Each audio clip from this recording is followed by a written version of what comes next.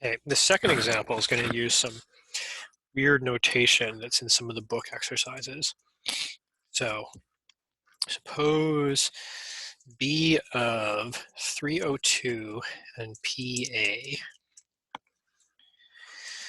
gets x equals 261 and B of 454 and PB gets y equals 401.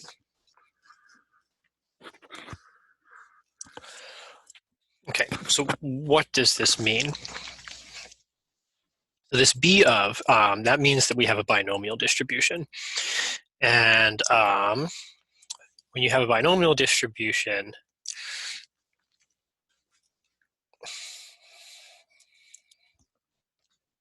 okay, so this is a binomial distribution. When you have a binomial distribution, there's the number of trials you're running and the probability of success on each trial. And then the random number you generate is how many successes did you get when you ran all the trials. So B of 302 and PA, what that's saying is we're running 302 trials. The chances of success on each trial is PA. We don't know what that is. And then the random number we generate is how many successes you got in the 302 tries. So in this particular example, out of 302 tries, we got 261 successes. With so n equals 302 trials, and the probability of success is PA on each trial.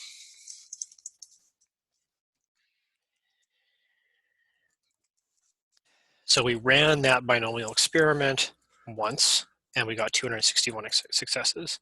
So then there's another binomial whose probability of success we also don't know. We do 454 tries there with some unknown probability of success. That one gets 401 successes out of 454 tries. Okay, so this is sort of like a complicated way of writing. We have two groups, Group A and Group B. In Group A, we got 261 out of 302. In Group B, we got 401 out of 454. All right, so let's answer 3 questions. First, a 99% confidence interval for the difference between the two probabilities, PA minus PB, or two proportions. I know P normally stands for proportion. Sometimes it stands for probability, but I mean, probability and proportion, the math is the same for both of them. Okay, second, a 90% confidence interval for PA minus PB. And third, hypothesis test with the same old null hypothesis that the two proportions are equal, and the alternative hypothesis, we're going to use the default of not equals. And whenever I do a hypothesis test, I'm supposed to have a testing level, and I didn't have that in the previous question. And a lot of our book questions don't have that, but there's supposed to be a testing level so that you know if the p-value is small enough to be strong evidence. So let's say we test at 5%, just so we have a testing level. Okay, so that's the setup. Let's flip over to Minitab and run our tests. So bring up Minitab. Basic statistics, two proportions. So this time in Group A, the first group, we had 261 out of 302. And in Group B, the second group, we had 401 out of 454. Those are our successes. I am first doing a 99% confidence interval. And we may as well run our hypothesis test at the same time. We'll change that to not equals. I had to change it to not equals anyway, because if I didn't, it wouldn't give me the two-sided confidence interval that I'm used to. It would give me that weird one-sided one. Okay, so this is going to simultaneously run the confidence interval and our hypothesis test, and then we'll just have one part left, the 90% confidence interval. Okay, so what do we get? The proportion of successes in group A was 86%, group B it was 88%, and the difference there is group B is bigger by about 2%. But when we do our 99% confidence interval, we're going from negative about 8% to positive around 4%. So it's not clear which group is actually bigger. So let me copy those into my Word document. So negative, I know you can't see my Word document. I don't want to flip the screen share. Negative 0.829 up to positive 0.0449.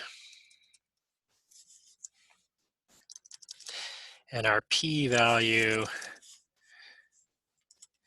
in our hypothesis test came out to 443.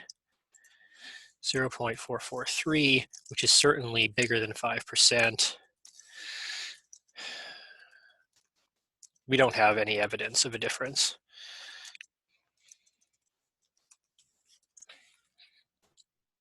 Okay. In order to have strong evidence for a difference between these two unknown proportions, PA and PB, this p-value would have to be smaller than 5%. We decided our testing level would be 5%.